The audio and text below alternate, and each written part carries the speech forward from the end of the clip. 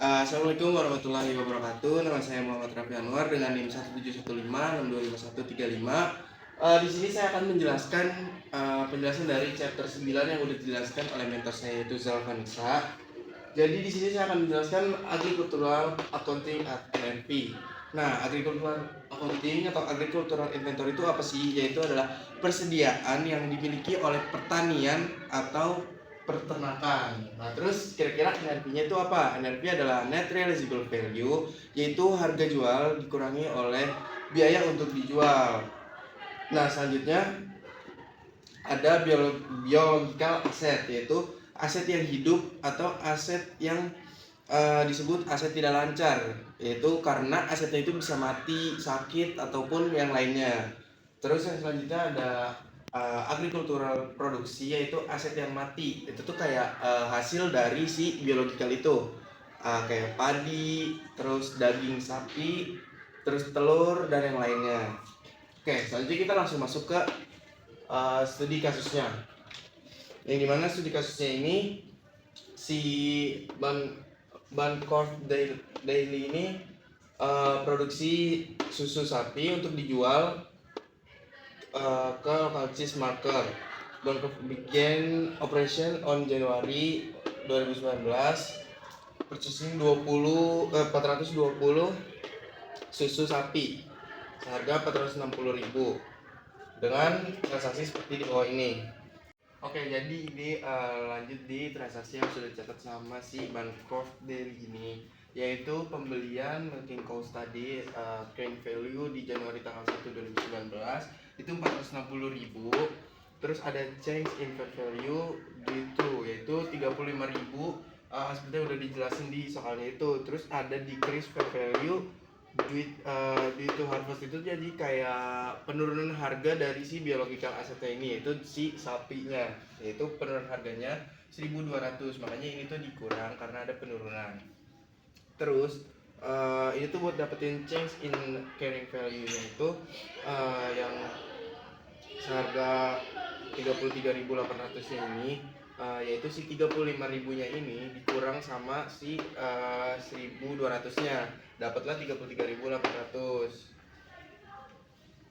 Terus kita nyari si carrying value Januari akhir bulan, yaitu 31/2019, itu hasilnya 493.400 yang dapetin dari si 460 ribunya ini ditambah sama 33.800, akhirnya dapatlah 493 ini. Terus yang terakhir ada milk harvest dari Januari, dimana ini tuh adalah sisa susu di bulan Januarinya itu yang disebutkan di sini ada 36.000. Jadi sisa susunya ada 36.000. Jadi kita lanjut ke soal.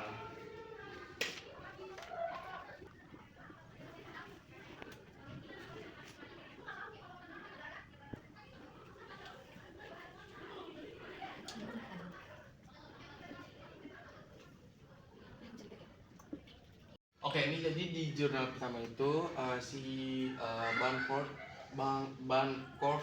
makes the following entry to record the ini change in carrying value of the milking cows. Jadi di sini diminta jurnal dari perubahan carrying value ini, change in carrying value, yaitu di sini change in carrying value adalah 33.800. Berarti di sini jurnal yang pertama adalah kita pakai biological asset karena ini yang kita pakai itu adalah perubahan dari si harga sapinya ini. Jadi makanya kita di sini tulis biological asset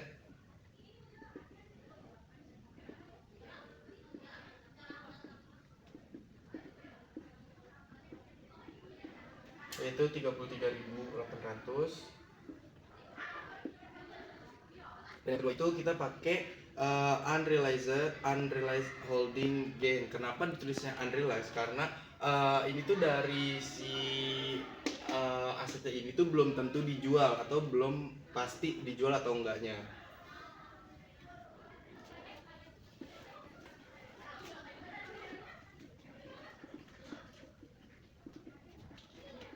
Besar 33.800. Oke, terus kita soal yang kedua.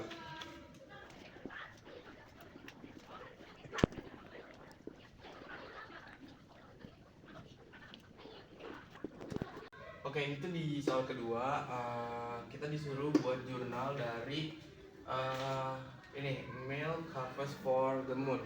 Itu sisa dari si susunya ini di akhir bulan yang udah di sini udah tertera di soal, yaitu 36.000 pas.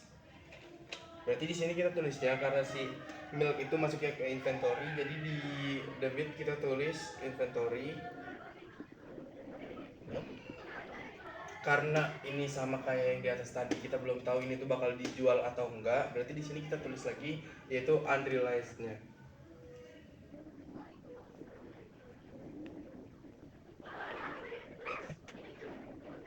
Yaitu 36.000.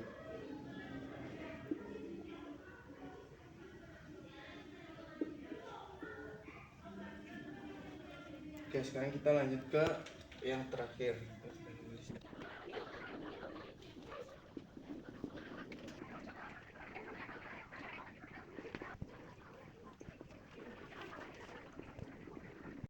Nah, ini di transaksi yang ketiga itu si milk harvest-nya ini yang di Januari yang sisa susunya itu laku ke cheese marker seharga 38.500.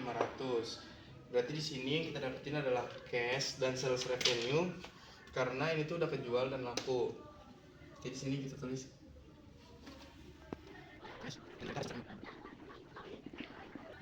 ini cash dan sales revenue yaitu seharga 38.500. Berarti di sini kita tulis 38.500 titik ya. Nah, karena tadi sisa dari susunya itu adalah 36.000, berarti di sini kita tulis yaitu COGS sama si inventory. Seharga 36.000. Nah, terus di sini kan ada income. Berarti ini tuh yang si income masuknya tuh ke income statement.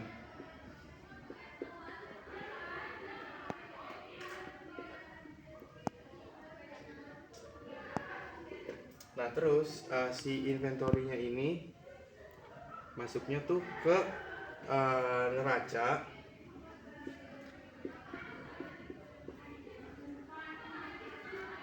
Sebagai aset lancar.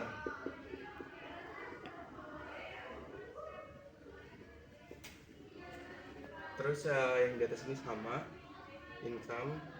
Tapi kalau untuk biological asset ini masuknya ke aset tidak lancar.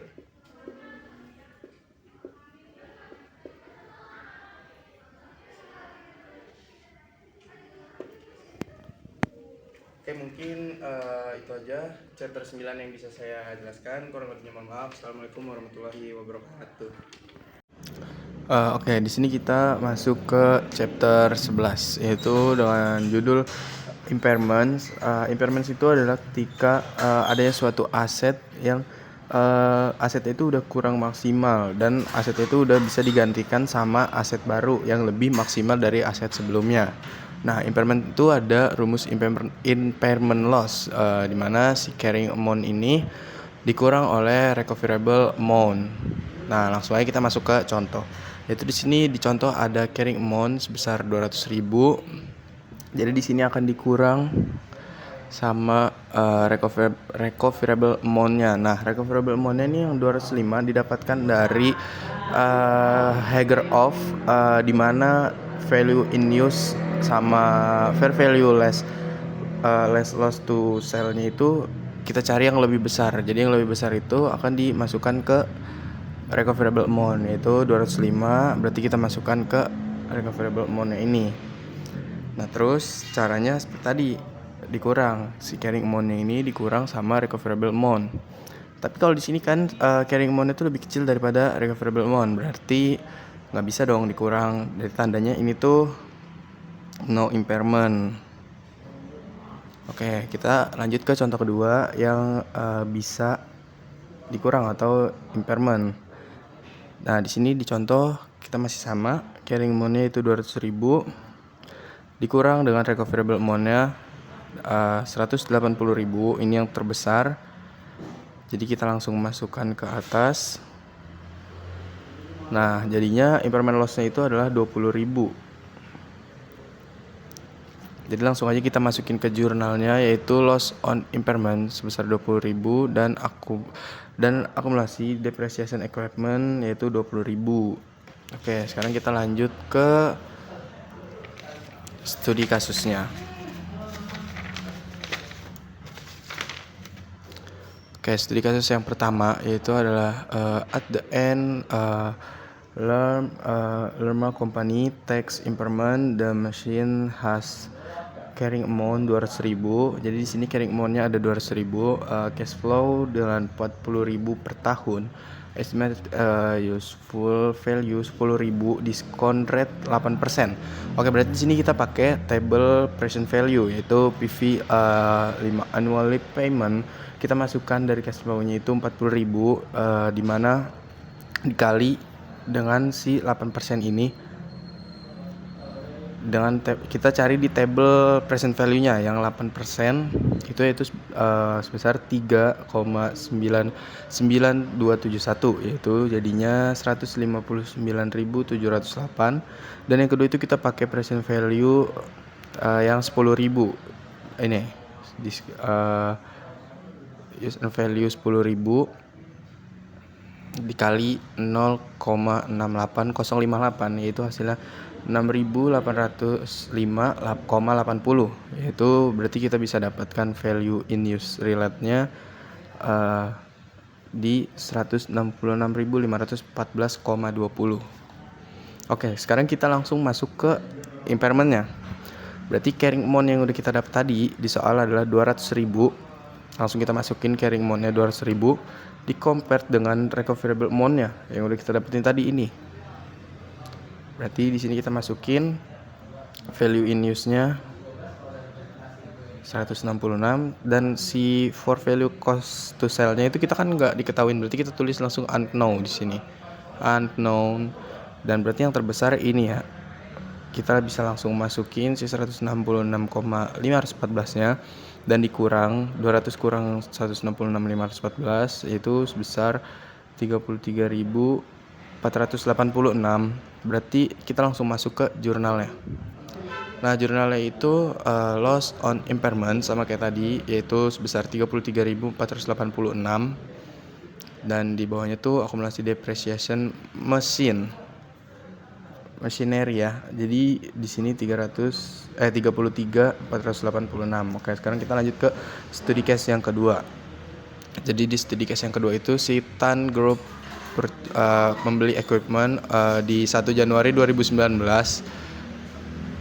sebesar 300.000 Hong Kong dollar, useful life 3 years, berarti 3 tahun, dan no residual value. Jadi kita di sini langsung tulis dulu 3 tahun dari 2019, 2020 dan 2021, dan depreciation expense expose-nya itu ada 3 tahun, berarti dari harga yang 300.000 ini dibagi 3 tahun.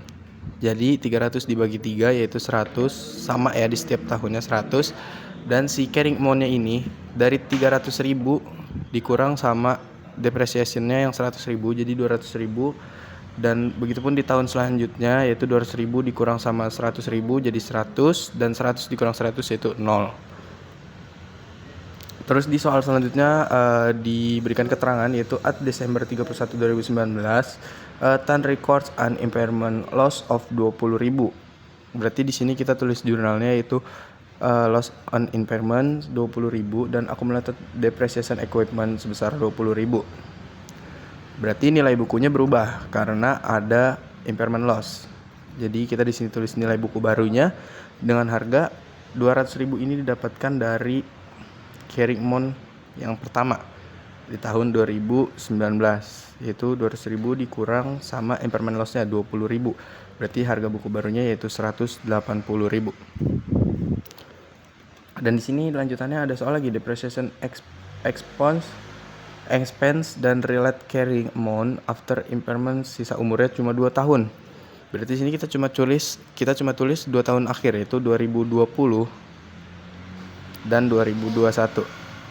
yang dimana tadi sisa nilai bukunya ada 180, berarti karena 2 tahun jadi dibagi 2. Berarti di sini adalah depreciation expense-nya 90.000 karena 180.000 dibagi 2 tahun, 90 dan 90.000 sama. Dan di bagian carrying amount-nya kita tulis di sini 180 dikurang 90.000 yaitu 90.000, 90 dikurang 90 yaitu 0. Berarti di sini ada tambahan lagi. At the end 2020 Tan determine that recoverable amount of the equipment 90.000. Ternyata equipmentnya tuh 96.000. Berarti ada kesalahan dalam pencatatan. Berarti di sini kita bikin jurnalnya accumulation depreciation equipment yaitu 6.000.